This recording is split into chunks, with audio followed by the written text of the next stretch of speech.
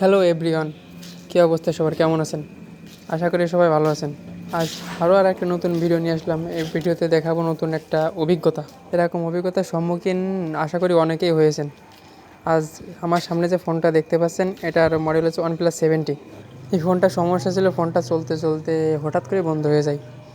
বন্ধ হয়ে যাওয়ার পরে কাস্টমার ভাই তার নিকটস্থ হয়তো কোনো জায়গায় দেখানোর পরে সে তার মতো চেষ্টা করেছে, কিন্তু এমনভাবে যে চেষ্টা করেছে যে ফোনটা পরবর্তীতে আর যে রানিং করা যাবে সেরকম কোনো অবস্থায় রাখিনি। অবস্থা দেখে আসলে বুঝতে পারতেছেন, আমি তো কাজ করতে গিয়ে ফুলই অবাক হয়েছি।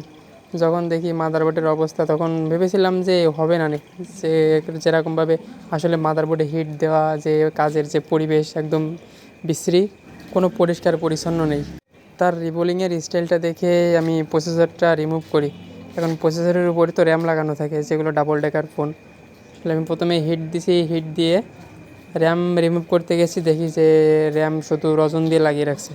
হয়তো কাজটা যে করেছে তার কাছে রিবোলিং প্লেট ছিল না, এই কারণে হয়তো সে শুধু রজন দিয়ে লাগিয়ে রাখছে। র্যাম রিমুভ করলাম, ভালো কথা। দেন প্রসেসর রিমুভ করে দেখি প্রসেসরের নিচেও সেম একই অবস্থা। অল্প কিছু বল আছে আর বাদ বাকি খালি, একদম কোনো বলই নাই, জাস্ট শুধু বসায় রেখেছে ওর উপরে।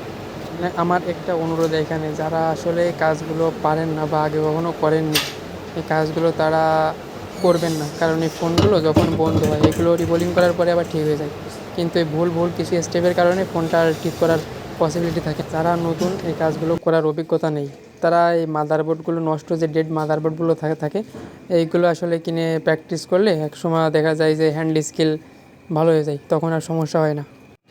কাজটা যে করেছে তারে আমি শুধু একটা কারণে ধন্যবাদ জানাই, যে সে সিপিইউ অ্যান্ড র্যামটা নষ্ট করে ফেলেনি, সব কিছুই ঠিকঠাক আছে, শুধু কাজের ধরনটাই ছিল অন্যরকম।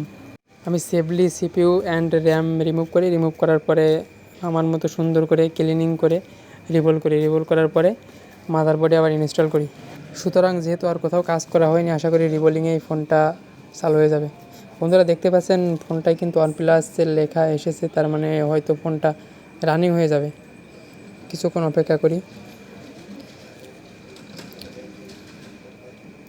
বন্ধুরা ফোনটা কিন্তু রানিং হয়ে গেছে, ডেড কন্ডিশনে ছিল, ফোনটা কিন্তু রানিং হয়ে গেছে। আশা করি আর কোনো সমস্যা হবে না। ধন্যবাদ সবাইকে ভিডিওটা দেখার জন্য, এবং আমার ইউটিউব চ্যানেলটা আর যদি পেজ থেকে ভিডিও দেখেন তো পেজটা ফলো করে দেবেন। ধন্যবাদ।